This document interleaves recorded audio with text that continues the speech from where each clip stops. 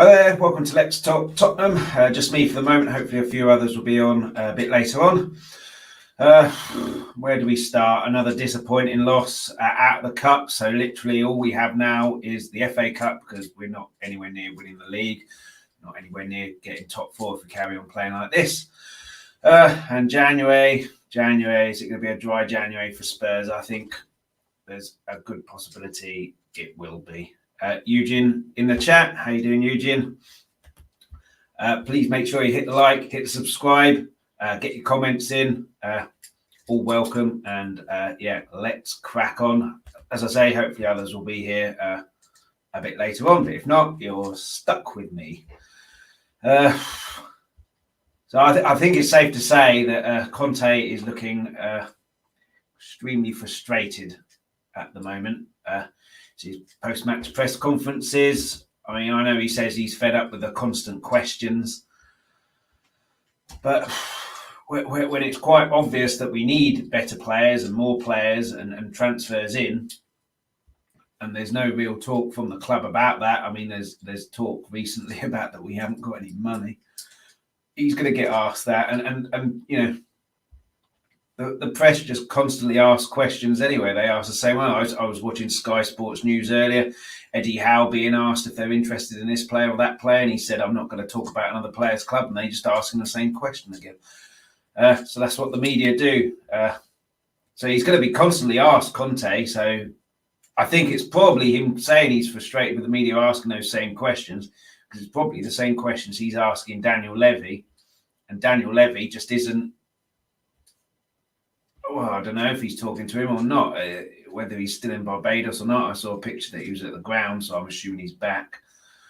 But it is only 14 days. It does have to be said, January is a 31-day month, so it is only 14 days. But I think even the most optimistic Spurs fans need to start mentally preparing for the fact that we could have a January with no signings again. And I said, when Conte got appointed, I'm pretty confident we'll sign people in January, because you get a manager of that caliber with quite obviously a squad that we need more depth to and better players. So I couldn't see us not getting them, because he will walk. And I think if he does walk, Daniel Levy's not really seen anything in terms of the fan backlash and the fan anger, because if he walks because Daniel Levy's not buying players,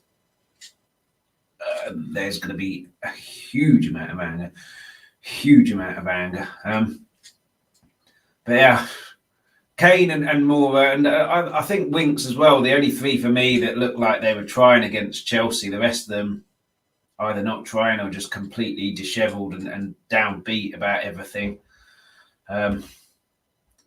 Yeah, and we've got Talking Tottenham TV, Simon here. How you doing, Simon? If Conte walks, if he isn't backed, then I'm done with this club. I'll not renew my membership. I think there's probably quite a lot of people that will be in that same boat. And I mean, we have got a huge fan base. So I think if a lot of people don't renew their membership, it will just go to people who at this moment in time haven't been allowed to get a season ticket because they're not on the waiting list. So I still think that the memberships will be fairly high. But if thousands and thousands don't renew, then he could have Levy here, situation where 60,000 seat stadium, he's only getting 35, 40, and that will obviously hit him hard. But yeah, you don't get a Conte in, an elite manager like that, to literally do nothing and stand still. Conte's not wired like that, is he? Conte's a winner. He's not here to, see if we can get top four. That would be quite good. He's here to get top four, and the next season, with the extra money, go and win the league. That's what he's there for.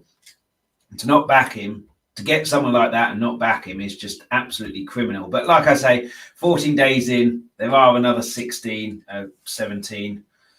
So it remains to be seen. But yeah, and some of his decisions as well. Galini in goal for the Chelsea game, which was a very big surprise. And Ndombele dropped, seemingly from talks with Paratici, because we're looking to sell him. Who's running this team? Who's picking the team? Conte or someone backstage?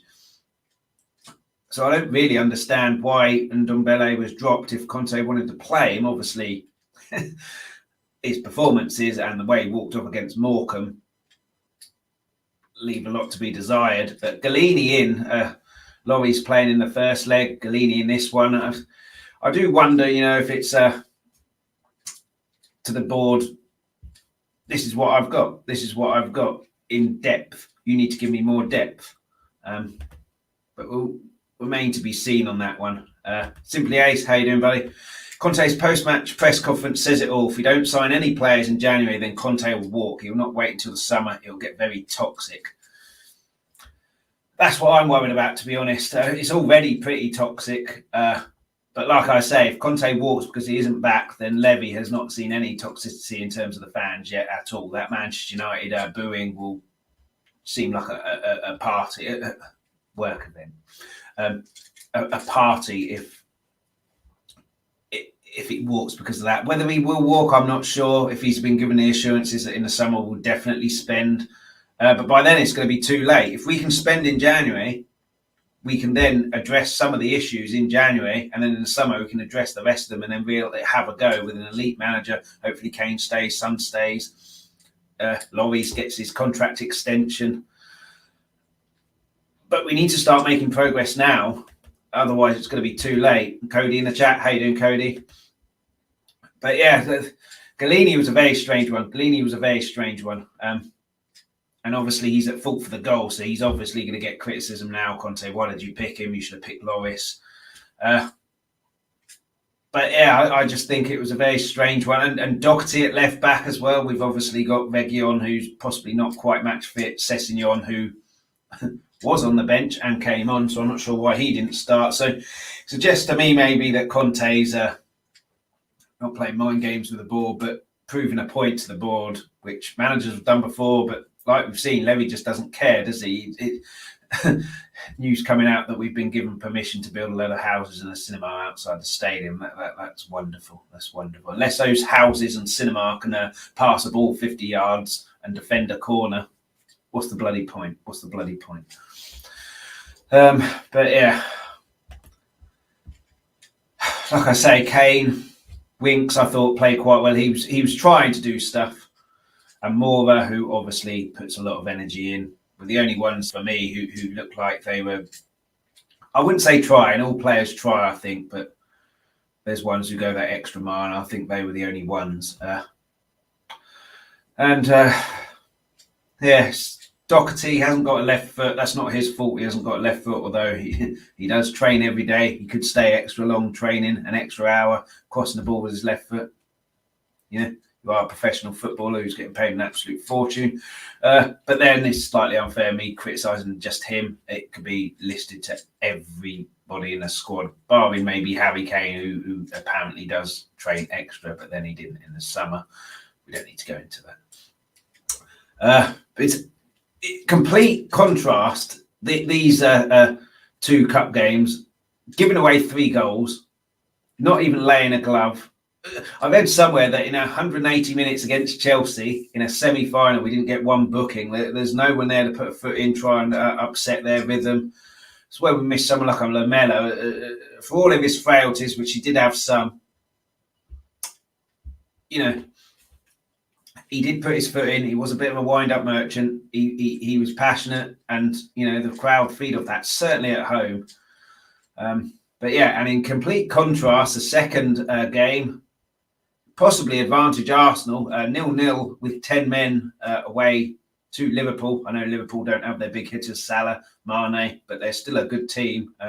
Or they a one-man team or a two-man team now without their big hitters up top. Can they not score goals? But what we saw from Arsenal was putting the bodies on the line, everybody working for each other, apart from Xhaka maybe. Absolutely ridiculous challenge. It's a pity. I've seen he's suspended for our game in the North London Derby. We'll talk about that later. But again, even if he was playing, I'm not really sure we've got anyone who can stoke the fire there and wind him up to get him to do something that possibly gets him sent off. I don't think we've got anyone. Lamela was the only real one. Lamela would be another one, but who knows when he's coming back. But yeah, so I'm slightly worried. Anyone who watches this regularly knows I'm very, very positive with the previews. I think Spurs will win every game.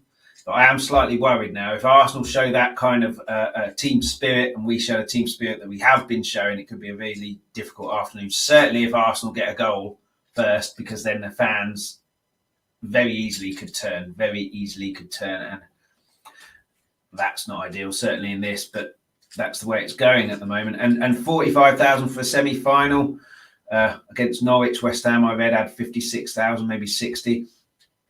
So is it a sign of the times, like Simon says, with he's going to get rid of his membership if Conte walks? Is it a sign of the times that fans are losing faith in the team and the club and the way it's run already?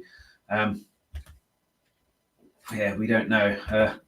In terms of Conte, simply a couple of comments here.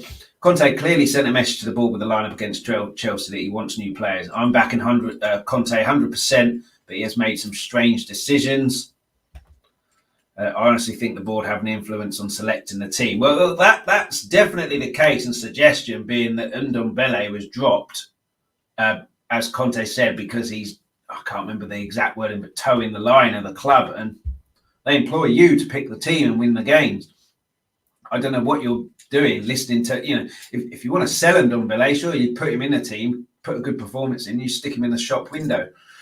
I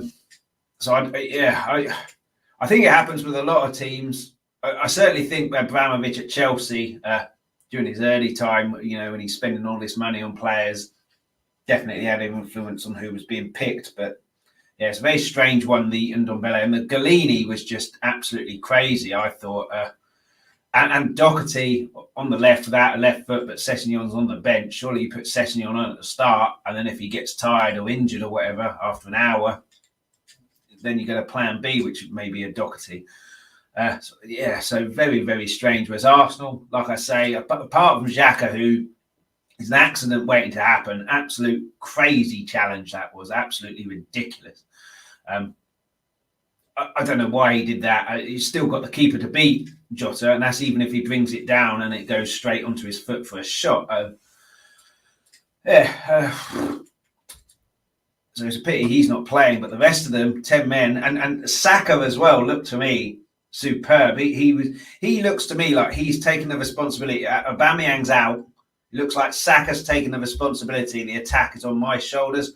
And this guy, he obviously got that, along with Rashford and Sancho, horrific racism because of the Euros from people who allegedly were supporting him throughout the whole tournament and then turned on the last second. Well, they're not football fans. But I digress. But he's 20. He's had that. He's had the disappointment, exclude the racism, the disappointment of missing a penalty in your country's first final for 55 years. He's young, and he looks to be the one who's taking responsibility, making the runs, and he looked really dangerous against Liverpool in a couple of moments, certainly in the second half, where they got behind. And he generally scores against us, I think. I know he did earlier this season. And he was superb against us. We were absolutely shocking, but you can only play who's in front of you.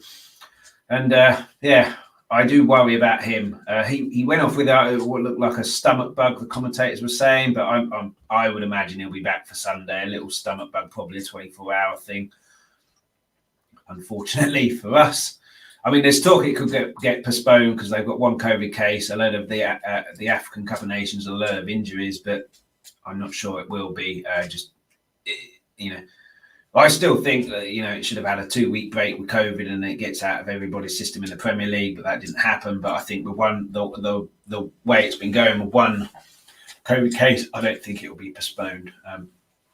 I expect Saka to play, unfortunately for us. But again, we need to match their attitude. Which their attitude against Liverpool was superb. You go down to 10 men against, one of the two favourites for the title. I think that the title's going to City now, but obviously Liverpool in the next bracket there of second, along with Chelsea. And they matched them completely. It was completely different if Salah and Mane are playing. But again, like I've said before, you can only play who's in front of you. And Liverpool at home, the crowd really up for it, on fire, really loud, hostile atmosphere. And they coped with it when was he sent off? 24 minutes, 26. So they coped with it for the best part of 75 minutes.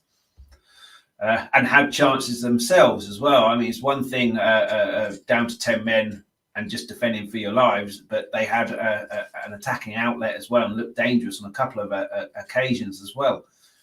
And we really need to be on our game, because if we're not on our game, and it's a huge game, not just because of that, but because of this as well. If you look at the league table, they're 5th, we're 6th, we've got 2 games in hand. So if we win our games in hand, we're into 4th because we've got 3 over West Ham. But just talking about Sunday, if we beat Arsenal, we've got 2 games in hand on them and we leapfrog them by a point. Whereas if we lose, we've still got 2 games in hand, but we're behind them, and the momentum then shifts and turns against our favour. So we really need to be at this, and we really need the crowd to turn in our favour. When the goal went in against Chelsea, it kind of went flat. It was so loud before that for 15 minutes, and then the goal went in and it went flat. And then the fans did do their part to try and rouse the team again, but it was just in vain. I mean, it's worth pointing out that Chelsea are far, far better team than we are. Conte said it. I think most Spurs fans will say it, that Chelsea are a complete cut above us at the moment. We're nowhere near that level. And then you come to VAR, which... in terms of the 3 main decisions, it was right. And I've put there why wasn't Rudiger sent off. I had a look at that again. When I wrote this banner, I only saw it live. I didn't see the replay really, because the replay at the ground was literally where the foul was, not a kind of the normal pitch camera. And looking at it again, it's not as cut and dry, I don't think. He was the last man, but there was someone on the cover and Højbjerg had gone wide. But it didn't even look. There was nothing on the screen to say possible red card, checking possible red card. It was only the penalty decision. And for him not to even get a booking was absolutely crazy. He should have at least got a booking. But in terms of VAR, it wasn't a penalty. It was quite far out of the box. Unfortunately, it was a good move and a good pass. Second one, I can't remember the second one, but there was a second one. But again, Moura. I mean, it wasn't a penalty, but really Kane should have been playing it to Lo Celso. I mean, Lo Celso's been pretty poor, but he's got a complete run to goal, whereas Moura, it's got to be a pinpoint pass, and the keeper's done well there, and he's got to thread it through a defender. Should have been to Lo Celso. And then, when Lo Celso gets it, Kane can drop back, and then he's got to pull back, and then, a good shot. But that wasn't a penalty at all. Wasn't a dive for Moura either. Just one of those. Collision, but no penalty. And the offside goal. I have to admit, I've forgotten about the rule until I was celebrating, and then the guy next to me said it's offside. And then I realised, yes, he was past the goalkeeper.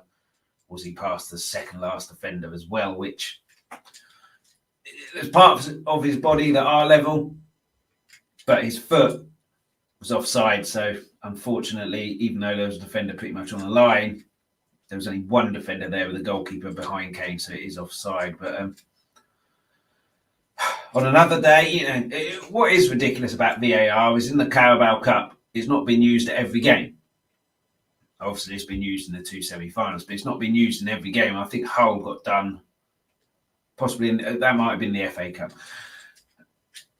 But they go on about the integrity of the competition, but yet, they have VAR at some games and not others. You either got to have them at all, or you don't have it. It's just absolutely ridiculous, because people are going to get advantages and disadvantages based on whether VAR is there or not.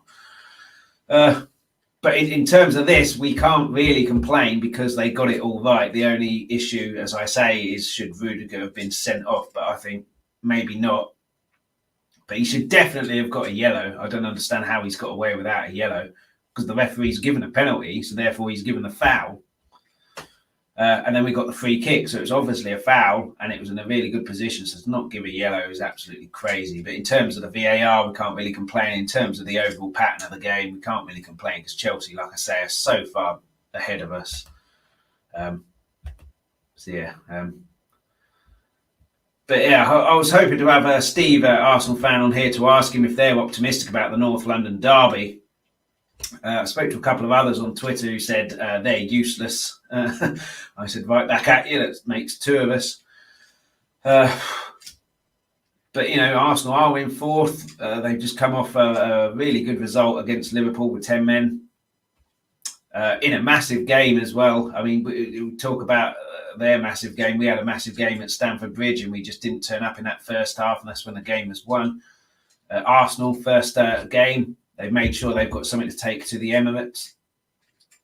And yeah, I mean, I'm not sure if you call them favourites, but they've obviously got a real chance. Their fans will really be up for that because they've got a chance of getting through to a final. And I don't know who's favourites for the North London derby, really, whether it's Tottenham because they're at home or Arsenal because they're ahead of us or whatever. Who are the favourites? I'm not really sure. All I know is that seemingly both sets of fans are really nervous about it and really worried.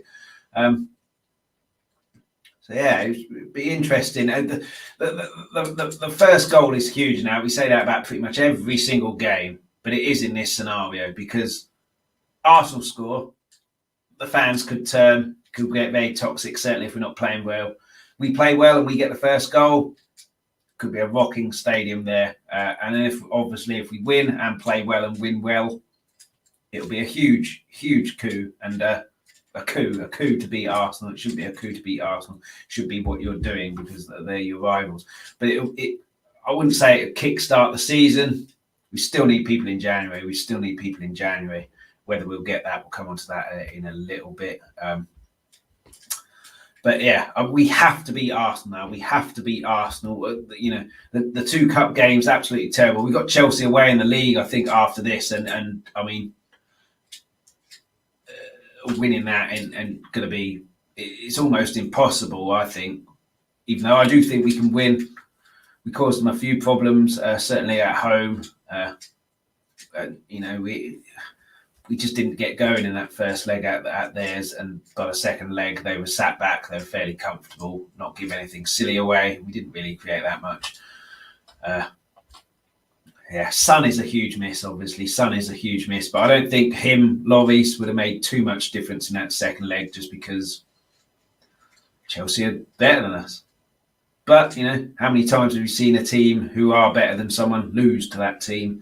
So we can win at Stamford Bridge, but it's going to be very, very, very difficult.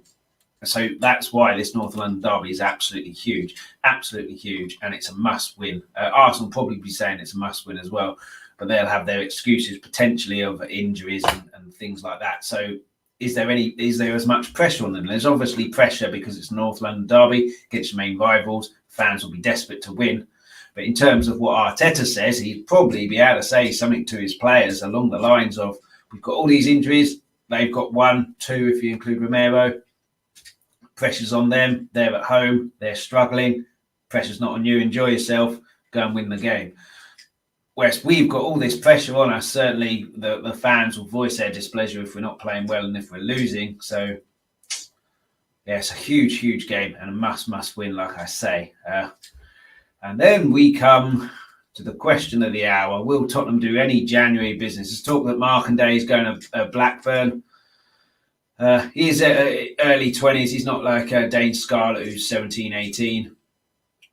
Maybe we don't see him progressing. Maybe Conte doesn't see him progressing to a Premier League level. I'd have liked to have seen a loan rather than him going out, because if he impresses Blackburn in the same kind of way that Skip impressed at Norwich, although Skip was touted as a future Spurs captain by their manager Jose before he went to Norwich. So I think Skip is probably better than Markanday. Skip was better at that age than Markanday is now. But yeah, it's a bit of a shame. All the stuff we're seeing is all these teenagers out for $1 million and things like that. And then there's reports saying that we need to sell before we can buy. And who the hell is going to buy Ndombele with how he's been performing this season and his attitude and walking off, almost sulking around a pitch? Who's going to buy him? There's no chance we get anywhere near 60 million. And we'll be lucky to get 20 if we sold him outright. Same with Dele. And would we sell Dele anyway? Obviously, the English contingent in the squad is boosted if Dele's there. If he's not, then you've lost an English player. Winks is staying, so that's good. He has impressed compared to what he's been doing recently in previous years. But who are we going to sell really? And have we not got any money, or was that just something that's said every transfer window? We seem to be poverty stricken, even though how can you be that poverty stricken when you get rid of Jose for 15 million? You then go and get Nuno in within 6 months, less than 6 months, 4 months. You get rid of him for another what was reported 50 million. And then you get a bloody Conte in, who's going to be on God knows what amount of money. 45 million, if all my calculations are correct, there in less than a year. Well, just over a year, less than 2 years, and now you're saying you don't have any money for players. And you get all these players, get yourself in top 4, you get in the Champions League. The prize money they get, you can recoup a lot of that money from the Champions League revenue and prize money. It's just absolutely ridiculous. Harry Kane ain't going to sign another contract, so if we keep going on like this, he'll go for free in the same way that Mbappe is going to be going. And then we lose out on however many million that we could get for him. And if we don't sign any in January, what kind of message does that send in terms of the ambitions? Harry Kane's already said, hasn't he, time and time again, I'll stay as long as the club match my ambition. You get Conte in, fine. You get Conte in, you go and buy players. You go and give him the players that he wants. You give him a chance to go and win things. And like I said earlier, him looking so frustrated and dejected, Conte, you've never ever seen him like that in the first or 2 seasons. You've seen him like that when it started to go sour, like it did at Chelsea, but not when they're winning things and it's all going swimmingly. You don't see him like that because he's getting the players that he wanted. And how does Levy do? Like I said, it's not a foregone conclusion at the moment because we have got 17 days left. But really, we should have had, if we're going to go for players, we should have got them by now, because now they'll be slightly more embedded. So by the end of January, they're embedded into the team. They know their teammates, they know the system, and then they're ready to kick on for the rest of the season. You get someone on the 31st of January, they've got potentially a month, end of February, to get bedded in. You've lost a month there. And I mean, Traore looks like the obvious one. I'm not sure we need him. I've said before, time and time again, we need a creative midfielder. And Darryl Denton, how you doing, Darryl? Levy waiting to get the £130 million Premier League revenue to buy players. Remember, this is the king of net spend. If you look at Conte, his net spend at previous clubs hasn't been like you'd expect, like 130 more on players in and out. It's fairly balanced. He's obviously spent more than he has sold, but it's not, I'm buying all of these players and not selling anyone. It's fairly kind of level. So I don't really understand how he's not going to get anyone. I still expect some people to come in. I mean, maybe that's the complete foolish optimism that I have. But yeah, I mean, if we don't get anyone in, there's no chance of top 4. Well, there is a chance of top 4, obviously, because of the points that we've got in hand. But we make it very, very, very difficult for ourselves. We get in a Vlahovic, which how we've let Arsenal get involved in that is anyone's guess. 75 million for a top young player. Isn't that much. Haaland's available for 70 million next year in the summer. And for 70 million for Haaland, everyone's saying that's an absolute snip. Vlahovic isn't that far off that. So I don't understand why he's so expensive, but Haaland isn't. Maybe it's because Haaland is the bigger name, so everyone associates Haaland and knows Haaland as gold. Haaland equals goals, whereas Vlahovic isn't as well known. But and then obviously you've got Mbappe, who's free, but his wage is going to be astronomical because of the free transfer thing. Jay Ashraf, how you doing, buddy? You have to factor in it takes Levy 30 days to work out the instalment plan. If he's working on that now, he's going to be a bit too late because it'll be the 14th of February, 13th of February. So Vlahovic, 70 million isn't that much money. And like Dowell says, all transfers are instalments. Where it's a lump sum. Yeah, that's true. But it seems to be that just Levy is so slow. When you look at Newcastle, I mean, theirs could be a lump sum because of the amount of money they've got, same as City. In terms of Everton, I know they've got money, but maybe not a lump sum. Villa, are they still spending the Grealish money, or was that already spent on the Ings, Buendia, and I can't remember his name. Oh, the winger, I can't remember his name. Apologies to any Villa fans. Or so was that already there in the transfer kitty, and then they sold Grealish, and now they've got 100 million? Or I mean, Coutinho's loan. That's no money. That would be someone I would have been interested in. Loan with there's no obligation to buy on that one. It's an option to buy. So if Coutinho doesn't work out, it's so low risk because he just goes back to Barcelona and it's their problem again. But obviously, if it does work out, Villa have probably got first dibs on him. But like I say, Vlahovic isn't that expensive when you consider he's 21, scoring goals for fun. Haaland in the summer is worth 70 million. 75 million for Vlahovic isn't that expensive. Just go get him. And it'll give the fans a boost. It'll give the players a boost. It'll give Kane some competition. I mean, it's a credit to Kane, I think, and I'll get crap for this potentially from some quarters, that he still continues to bang in the goals and still looks to try when he's got no competition. I know banging the goals in, that's maybe not so much now, but certainly last season before, etc., etc. When he's got no competition and he knows if he's fit, he's first on the team sheet. Which, look at someone like an Ali. I think part of his issues are certainly in the last years of Poch. He knew he was in the team and let his standards slip.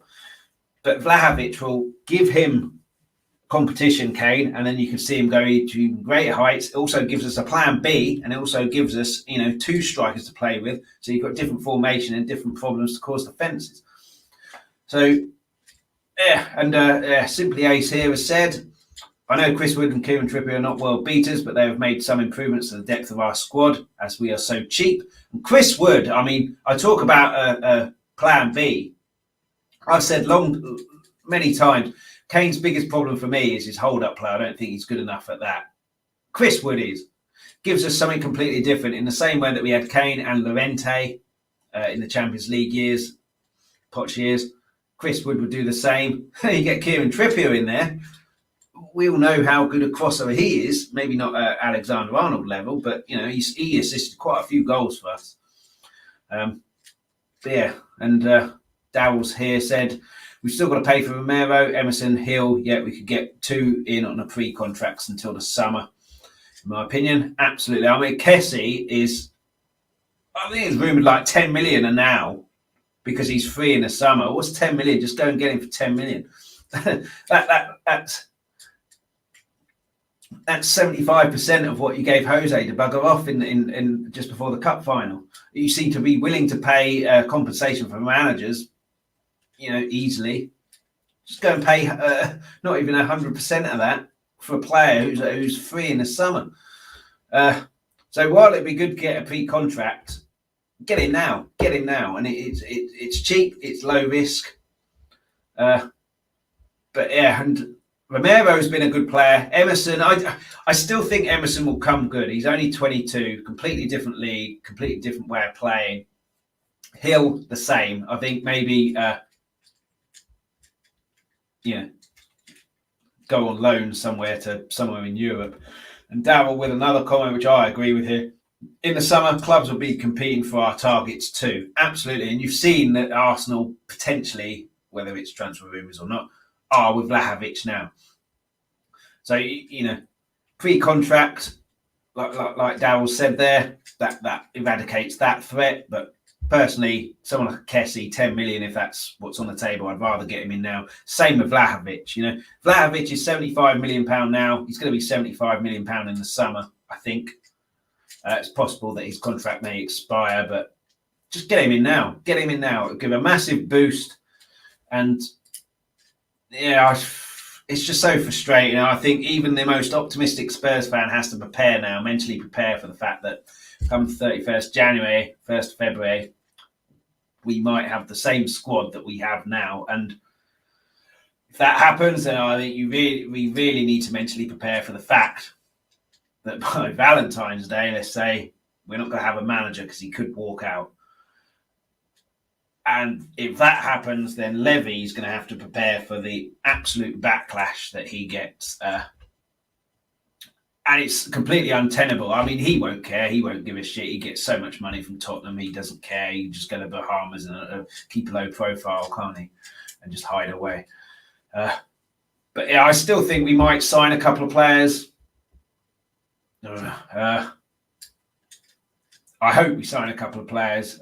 Still a long way to go, but like I say, why do we have to wait until the last minute to get these things done? Be proactive, don't be reactive. You see Newcastle, there's 17 days left. They've addressed a striker situation. They've addressed a fullback situation, which is also a fullback that can create goals. And they're potentially after a defender now. Villa have addressed a playmaker situation. And they've addressed a fullback situation. Wouldn't surprise me if they go and get someone else as well. I mean, there's only 2-3 teams, maybe, if you include Everton, that have bought people, and then Burnley will obviously get a striker because they've lost Chris Wood. So it hasn't been a massive transfer window. But still, we're in desperate need of players because that squad, as we've shown, isn't good enough. And we're being reactive again. We're not doing anything. Why? Just sort it out. But I mean, I'll be back in a week, so with the situation have changed in a week, come the 21st, who knows? But North London derby, so I haven't got a banner for this. I forgot to. This is just one I've thought of now. Probably should talk about it rather than transfers being it's in 2 days. Yeah, 2 days, Sunday. I said against Chelsea, I wanted us to go all-out attack because I thought they'd sit back a bit more. Didn't really happen. Arsenal, again, get the crowd on side, go out, attack. I just don't think, without that creative midfielder, I'm not sure we have the capability to. If their teams sit back, which Arsenal showed against Liverpool yesterday, they're very difficult to break down. Very difficult to break down. And we don't have any players to really break teams down. Certainly without a Son, because that means Kane can't come deep. He's our best passer. I do like the fact that Harry Winks is trying to pass forward at opportunities, but he hasn't got the passing range that an Eriksen did or a Kane has. I mean, talking of Eriksen, he's the one I really worry about in the summer. I can see him coming back. And I loved Eriksen. His passing range, his ability to control the game, slow the game down when we were under the cosh. Superb. But he shouldn't be anywhere near it. You know, he almost died, for Christ's sake. And now you're going to get him into a team which has gone from 20th to 1st in distance covered. It's too much for him. And I think it was Danny Kiriakou I spoke to at the Chelsea game was saying he'd have him but on the bench and come on, which is obviously fine. You've got someone for maybe half hour there of Everton's quality. But we need a creative midfielder to play the whole 90, I feel, because we're so flat and so easy to play against. It's like a foosball table. The two lines of midfielders and defenders just go side to side as we go side to side, and there's no cutting edge, there's no thrust, there's no pace. The only pace is really more when he gets the ball and runs with it, but then he's running through the middle where all the traffic is.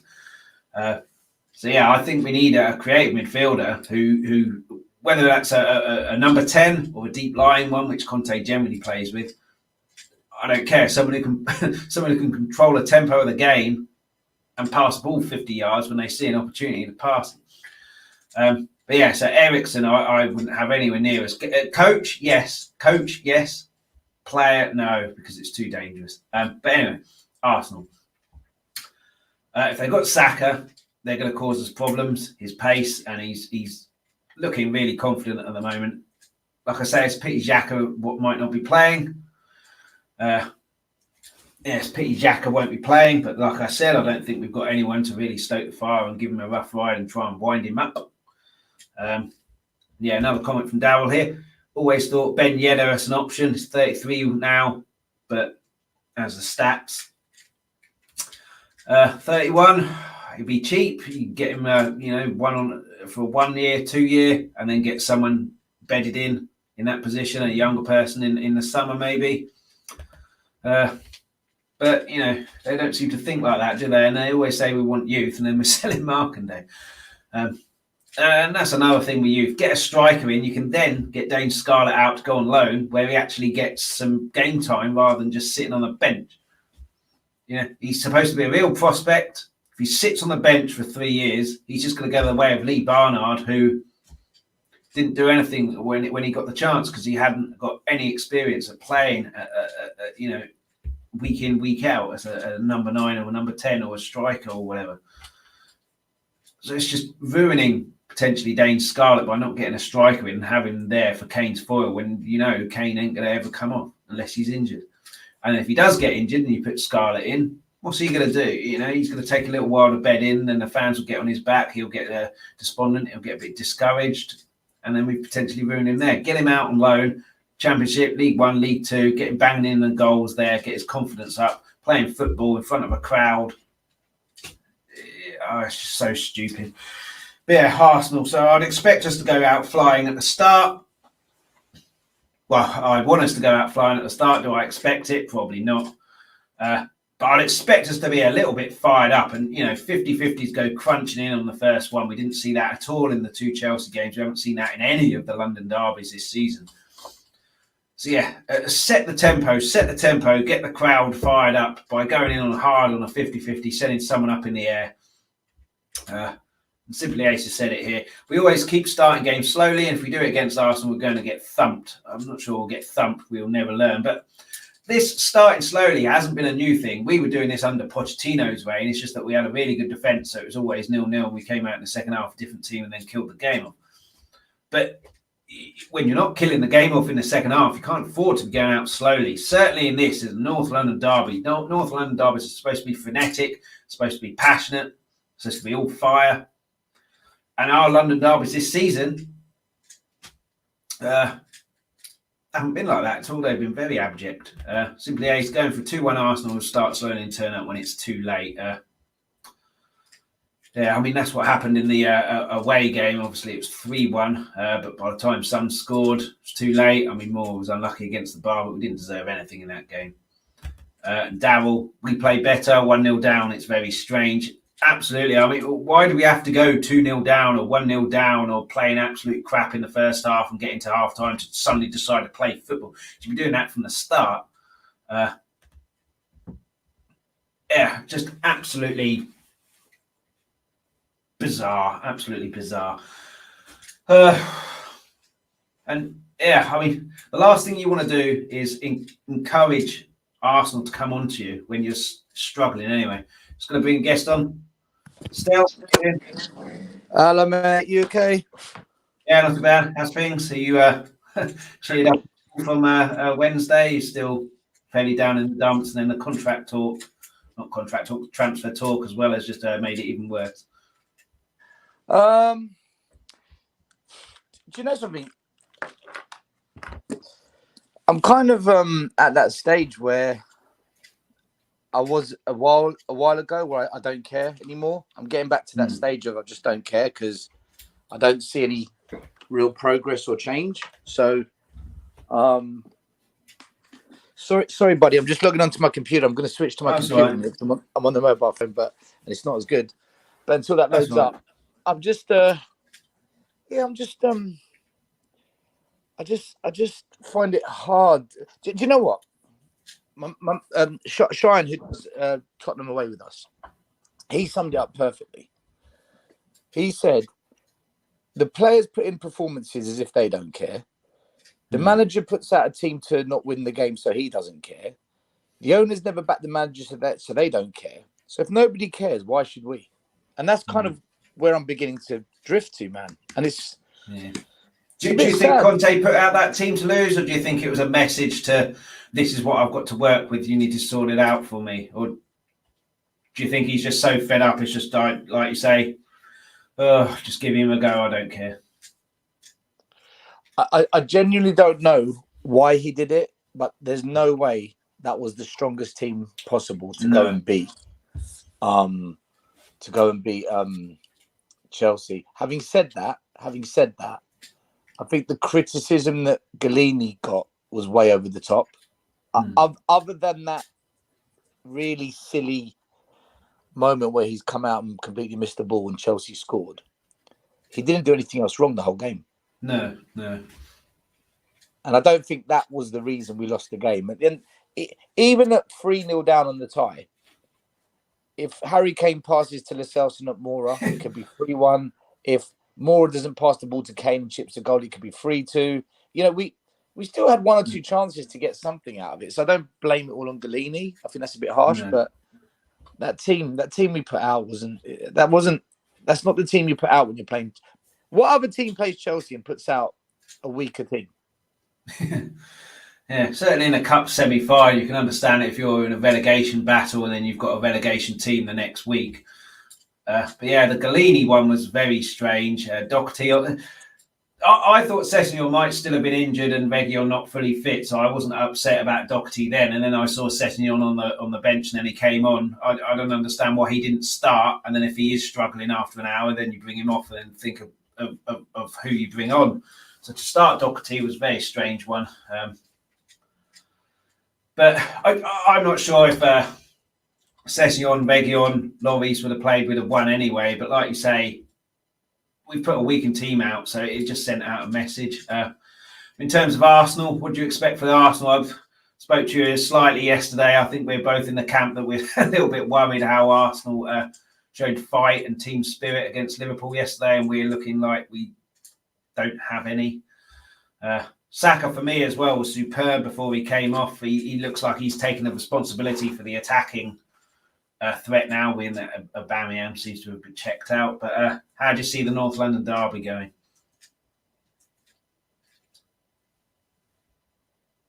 I'm not sure he's there at the moment. We've got a question from Dow. Leaving all our signings to summer, what do we 5 to 6? Yeah, I'm not quite sure I get that. I question leaving all our summers till the summer. What? So we have 5 to 6 to then say they'll gel straight away, knowing us they won't get pre-season either. Yeah, I mean that's the thing. Like one of Alex Ferguson's greatest things, and there's plenty to choose from.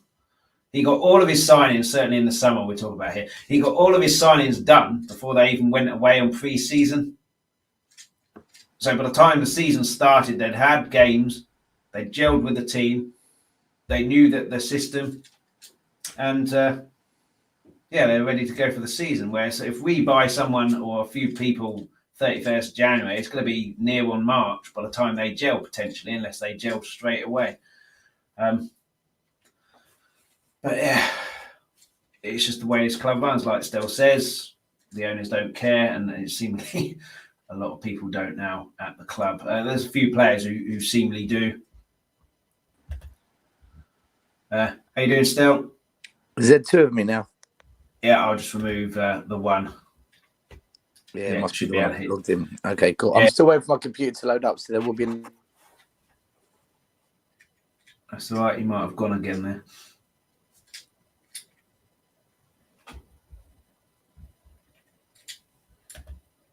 Yeah, you might have gone again there. I've added the other one on. See if you're still there. Yeah, I'm here. If I get rid of Twitter, then that'll go away. That's it. Okay. So North London derby, how do you expect that to go down? Obviously, Arsenal yesterday showing a lot of team spirit. Us struggling with that seemingly at the moment. If we can get the first goal, it's okay. If Arsenal get the first goal, I mean, it could turn very bad in that stadium, certainly if we're not playing very well. I don't think we're going to lose. I don't think for 1 second we're going to lose to Arsenal on Sunday, but I don't think the game's going to go ahead, if I'm going to be honest with you.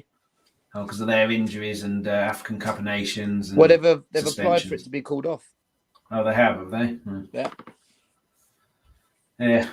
On what grounds they don't have the player? Yeah, they've got a lot of players out, injured, missing. I think one or two have got COVID now as well. So, is that a good thing for us if it does get called off? Give us time to regroup, or do you think? No. I want to play them now. I want to play them because they're weak. Yeah. I don't want to wait for them to get Smith Rowe back, Odegaard back, Partey back. I think one of their defenders went off as well, injured yesterday. Now's the time to play them, man. We're not going. If we play them at full strength, we won't beat them. They're better. Yeah. I think they're better than us, Chris. If I'm going to be honest with you, I don't like. I know a lot of people don't like hearing that, but I do think they're better than us.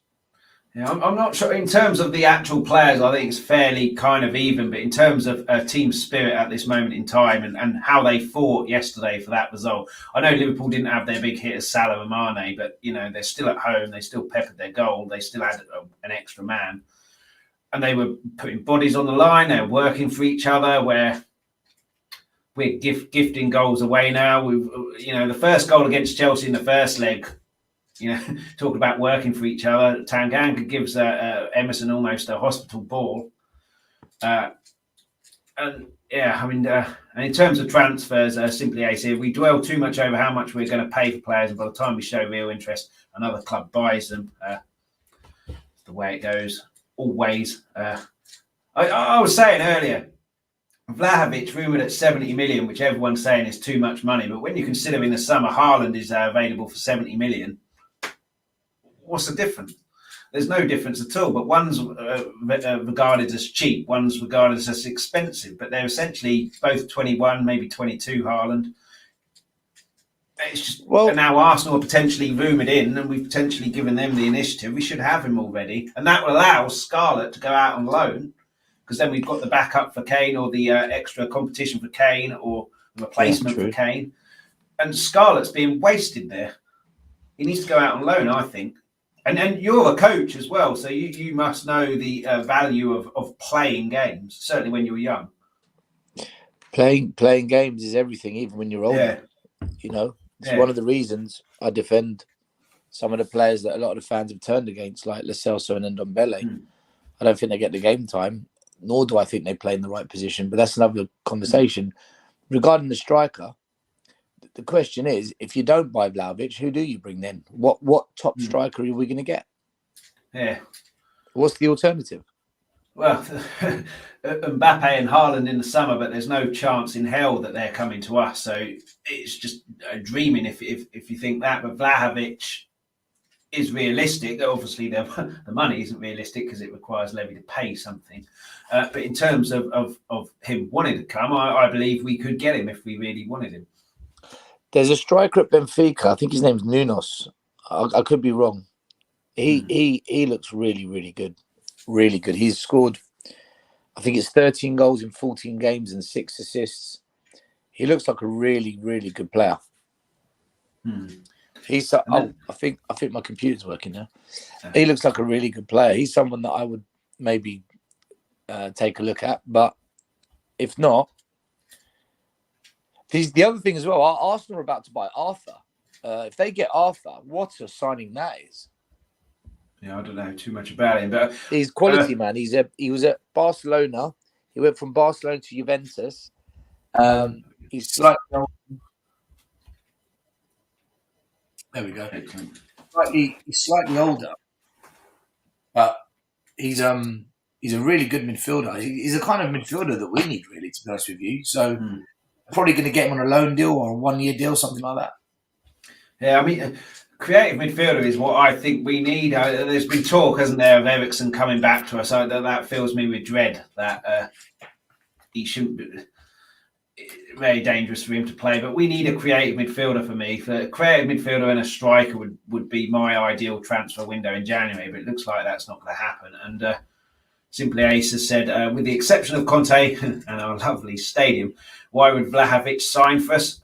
I don't think we're that far off competing with that top four, but with this current squad, it's going to be very, very, very difficult. If you get a quality striker like a Vlahovic, a creative midfielder in, it can almost not transform the team, but it gives you a real impetus there. And I know I watched you on Holly's channel, and you're impressed with it. I think it's an Ajax guy called Anthony.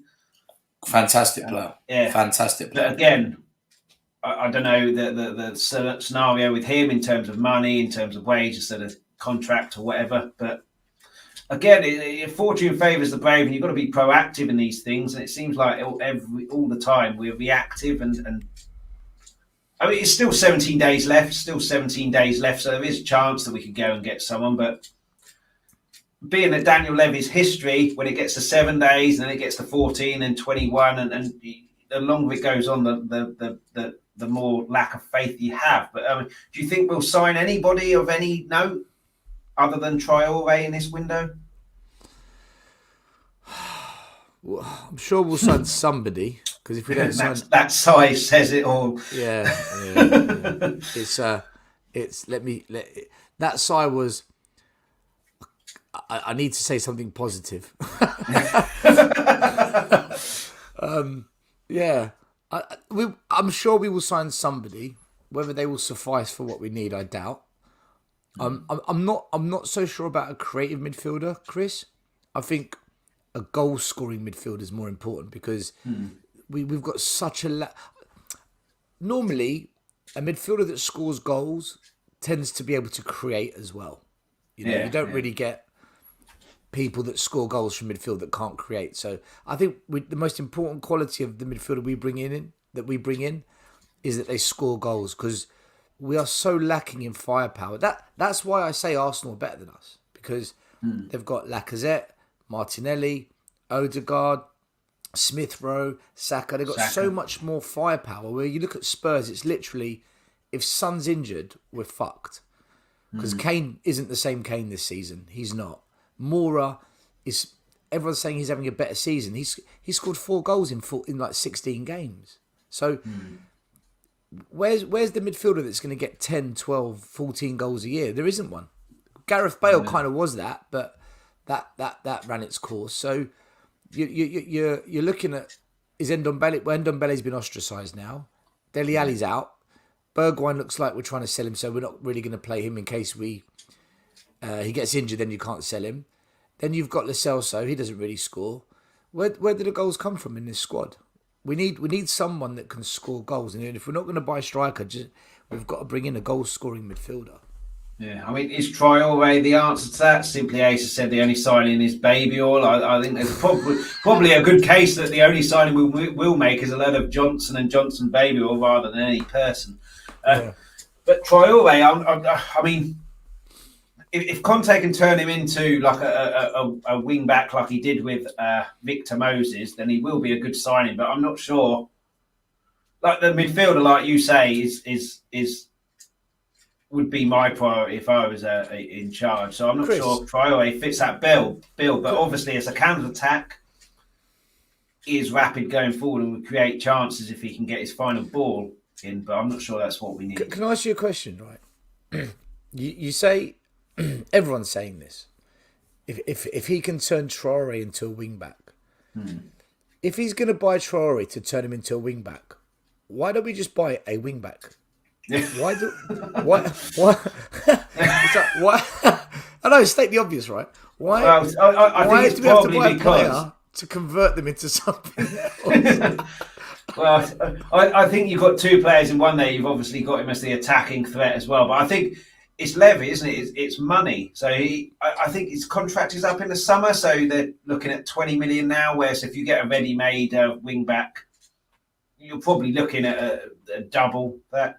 So if Declan Rice's contract is up in the summer and we need a centre back, well, if we buy Declan, we can convert him into a centre back because he's going on the cheap. It's ridiculous. It's just crazy. There's rumours now that we haven't got any money, but yeah, in 2 years we've given Jose 15 million, we've given Nuno 50 million, and we've given Conte over the course of his contract, whatever hell he's on. That's like a player. That's 2 Traores there, pretty much. 40 million. I think Will Stewart on Will Stewart THSU rants, he was saying that the money we spent on Trippier, Aurier, and Doherty, the money we've spent on right backs, we could have bought Trent Alexander-Arnold.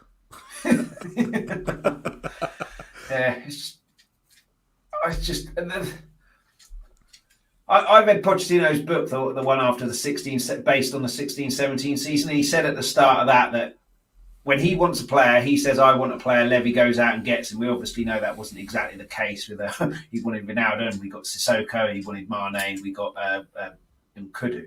But at least there was a plan there that I've identified as the manager, that I want this certain type of player, specifically this player, but a certain type of player. Now, like you say, not that many years, we've bought 3 right backs and then what it was, Chris, was under Poch. Mr. K, how you doing? Big up, Mr. K. He was the only positive from the midweek game because it was his first game ever going to Spurs, so he was happy no matter what. But it's great to meet Mr. K finally. Bob is now the one of my bucket list to meet. Get well soon, Bob. Hope to see you soon. Bob.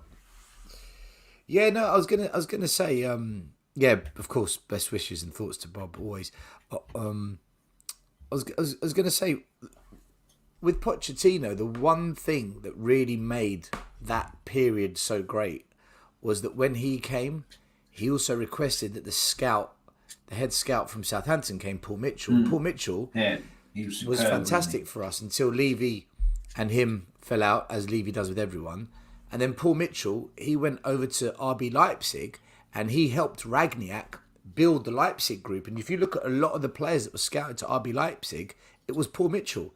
He's a quality scout, but we then replaced him with Hitchin, who isn't quite at that level. And Paratici, I'm not convinced by Paratici. No, I think he's got good contacts, and I think he might be a good contract negotiator. But I don't think he's got an eye for a player the way Paul Mitchell did. So we don't actually have a quality head scout at the club. Whereas Poch, we had that. He brought in Dele Alli, brought in Son. I think brought in Alderweireld, Wanyama. We brought in players that really, Poch could elevate. Once Paul Mitchell went, it became a shit show. Yeah, I mean, we brought in players there that fit the need for the team. So obviously, Wanyama, we needed someone in that position. Alderweireld, we needed a defender. Yeah, and now we're almost like Manchester United have been in the last few years, just buying players just for the sake of buying players without a real clear plan. And we've been crying out for a striker for how I don't know, 6 years that Harry Kane's pretty much been there on his own, and we haven't got one. We had Lorente, we had Riance, and they obviously didn't work out. But at least we actually tried to address that issue. It's just that the players that we bought didn't quite work out. But there was a plan that we need someone else there. Let's try this guy.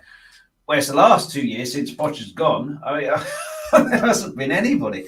So it's not even like the scouting. It's who is making the decisions here. It obviously isn't the manager, because the managers know football.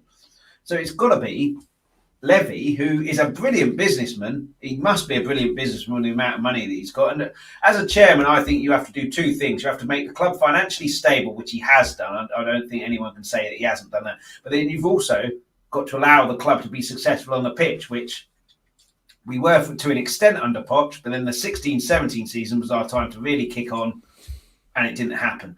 So that's where he's really failed. And if we don't sign anyone and Conte has enough and walks, I mean, you talk about it being toxic at the moment. It's going to go to another level if we let Conte go just because Levy's broken promises.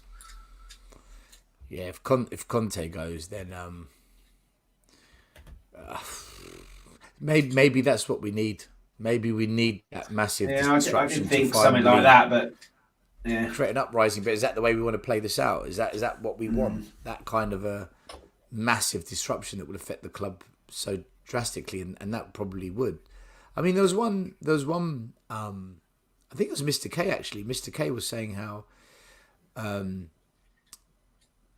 there will be a story built so that if Conte goes, it will be put on Conte. This is Conte's doing. He sabotaged the Carabao Cup. He started downing tools. So it's almost kind of giving a justification to a section of the fan base to effectively say, well, you can't really blame Levy. Look what Conte did. He just came here and took his money. He used us.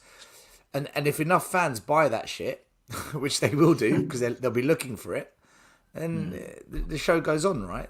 But whether that actually plays out that way, I don't know. But look, Chris, I mean, Is it this window that's going to define how fans feel, or is it going to be the next one? Yeah. I honestly thought when Conte came in, we'd sign a couple of people in January. Not a huge amount of people, but we'd make one or two signings to address one or two maybe key issues. And then in the summer is where the big business would be done. But I agree. If we don't sign anyone, my worry is that it doesn't matter what happens in the summer because Conte will be somewhere else. And we don't know the reassurances that Conte was given on the demands that he gave Levy when he signed the contract. But the fact that he looks so disheartened and just down in the dumps at the moment suggests that he was maybe promised something in January. And it's maybe him thinking, that isn't coming, and that's why he's getting fed up. And the press are always going to ask him. I was watching Sky Sports News earlier, them asking Eddie Howe, are you interested in this player or that player? And he said, I'm not going to talk about another player's club. And they literally asked him the same question 2 seconds later, the same guy. So it's always going to happen. And I think maybe his frustration is with the club, but it's easier to take it out in the media and hide what's actually happening. And Darryl here has said, is Conte still working to Levy's blueprint or has it been ripped up? As long as Levy's there, I don't think the blueprint gets ripped up. The manager's contract gets ripped up. Funnily enough, Darryl, Iggy on our show, he's I don't know if you know Iggy, he's Italian. He follows Serie A. He's part of the AC Milan supporters club. He's often on the AC Milan show on Instagram. He's very, very well versed with Italian football. We're lucky we've got him on our show because we've got Conte and Paratici. So, and he said after the Chelsea game, he thinks Conte's been gagged by the club. He said that's not Conte. That is not a Conte post-match, pre-match conference interview. And he was saying to me how he thinks the club have told him to shut up. He thinks he's been slightly silenced. So that would said suggest something about that in his conference, didn't he? Well, that would suggest that to answer Daryl's question, yeah, it still is the Levy blueprint. If that's the case. I know we kind of heard it. We kind of heard it before the match as well when he said, "I'm the coach."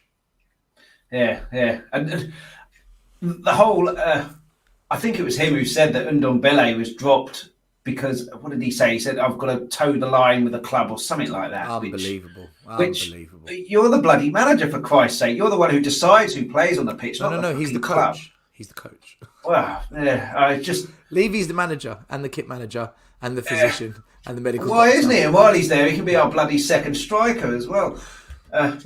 Conte's face in the post-match conference says it all. Simply Ace says, it's just if you get someone like a Conte and you don't tell Conte what to do in terms of running the football club and the team affairs, you let Conte do what Conte does, but you've got to give him the tools to be able to do that. And yeah, I've only ever seen Conte kind of like that at the end at Chelsea where it was all going wrong and then he'd had enough and was having arguments with the ball. Yeah. Not in the early years at Chelsea when he was winning stuff and turning the club around. Do you remember Mourinho after 2 months?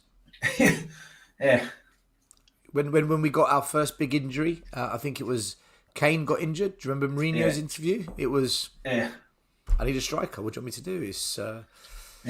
I just don't understand it. Like Dal says, Levy's blueprint. It's been a wonderful blueprint, hasn't it, for 14 years, 20 years, or whatever the hell it's been. I just don't know. Was it? Someone said, some age-old philosopher that I think might be nice. Like, the definition of insanity is doing the same thing over and over again and expecting different results. And Levy constantly interferes with managers that he hires that know football, and then we still don't win a trophy. And it's just. But if he walks, I mean, because this Arsenal game is huge, I think now. If it happens, obviously. Yeah. If it gets postponed, then I think we're away to Chelsea again, aren't we? We would have had 3 times in a row. It's a double-edged sword. If you beat Arsenal, then it's like a case of, well, look, the squad's good enough. If you lose to Arsenal, and that's 3 losses in a row, Conte's hand strengthens even more. So That's the political position we are in now. It's a very political moment, this at Tottenham. Do you try to show the club what's really going on, or do you keep trying to win, and then you give the argument to the club to say, but look, they are good enough. Just needs good coaching. That's all it is. It's just about good coaching, and that's the predicament. And the guy that sits next to me at Spurs, he actually raised a good. He made a point. I don't necessarily agree with it, but tell me what you think, Chris. He said to me, Conte knew what he was walking into. He's an elite manager. He knows. He would have known what these players like. He would have known what the squad. He would have known before he signed that contract. So there's no excuses for him to down tools unless he's just come here for a payday. I can see his point. I can see where he was coming from because he has been offered a lot of money, and yeah, he would have known. But my argument to him was, he said in a conference after 1 week he saw everything he needed to see, but he wanted to be very thorough with his evaluation, and that needed another month, 6 weeks. And I said, I back that. I actually believe Conte. It's impossible to know from the outside looking in what players are really like. You need to get to speak to them. You've got to watch their body language. You need to see them day in, day out, get to know them. So I didn't quite buy what he says. But what do you think about that? Do you think he knew what he was walking into? I get the feeling that Levy can sell like snow to an Eskimo, but then when it comes down to it, he'll just go back on his word. I think it's like me saying, next time we're at a game together, Stel, I'll go and buy you 6 pints. You don't have to buy anything. We get there, go, I've had a bit of cash flow problem. I'm going to go and meet someone else. Yeah. But then doing that for the next 6 games that we're both there. But for somehow, I think everyone seems to believe him. And I mean, Conte knows obviously he pays him what the money, the club is like. Yeah, see, but that goes to what my friend said. If you put down a big paycheck, you don't care if the person lies because you're going to get paid mega money. Yeah, so has he just come for a payday? I think with Conte's a winner. He wants to win football matches. So I think the money's nice, but I want to win football matches and. I think no one else offered him a job, Chris. No one else offered him a job. Man United could have, they didn't. Arsenal turned it around with Arteta. So he was out of work. No one wanted him. £20 million comes along. Take it for 6 months a year, then bugger off. Is that not plausible? I'm just playing devil's advocate with you here. I'm just playing devil's advocate. I just don't think that Conte is like a Jose who's a mercenary with money. I think he's more than that, but different kind of person. And I think. If he was that, he wouldn't be getting so frustrated or looking so frustrated now. That's true. That's a good point, yeah. Yeah. I mean, who knows, really? Who bloody, it's a completely different world. But no, that's a good point. He wouldn't be so frustrated. You're right. Yeah. But I mean, I hope this game goes ahead and then we can beat them. And they've got injuries and everything like that. And yeah, but yeah, pretty much come to the end. We pretty much covered everything, and I've got a work meeting in 10 minutes. I really need to get to that. That's okay, mate. But yeah, thanks so much for coming on. Definitely have you on again. Yeah, pleasure. But yeah, Stel's Twitter handle is in the description, as well as his channel link. But for people who don't know, Tottenham Away, where can people find that? I'll just go onto YouTube and type in Tottenham Away. Excellent. Short and sweet. Simple. Yeah. Yeah, thanks everyone for watching and the comments that are coming in. Please make sure you hit the like. Please make sure you hit the subscribe and go to the description, Tottenham Away. Go hit likes on videos there and the subscribe there if you don't already. No idea what we'll be talking about on Monday. It very much depends on what happens between now and then in regards to the game. Hopefully the game does happen. Hopefully we can win. Hopefully we can put a good performance in, give the fans something to cheer about rather than the kind of dross they've had at the moment. And hopefully, certainly by this time next week, we're talking about a few signings or at least some real evidence that we're going to make some rather than nothing. Chris, but yeah, if the game goes ahead on Sunday, we are not losing to Arsenal. We will not lose to them. I'm not saying we'll win, but we're not losing to Arsenal on Sunday. Yeah, well, I hope so. I don't think I can cope with losing to Chelsea twice and then Arsenal. We won't lose to Arsenal, mate.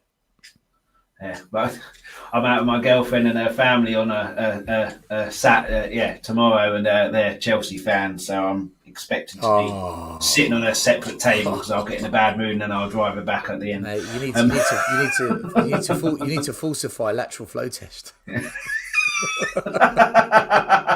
got to get out of that. Yeah, well, they might be all right, but we'll see. But yeah, and be back on Monday talking about whatever. And yeah, definitely have you back on again, Stel. Been great talking to you. Cool, buddy. Until Monday, come on, you Spurs.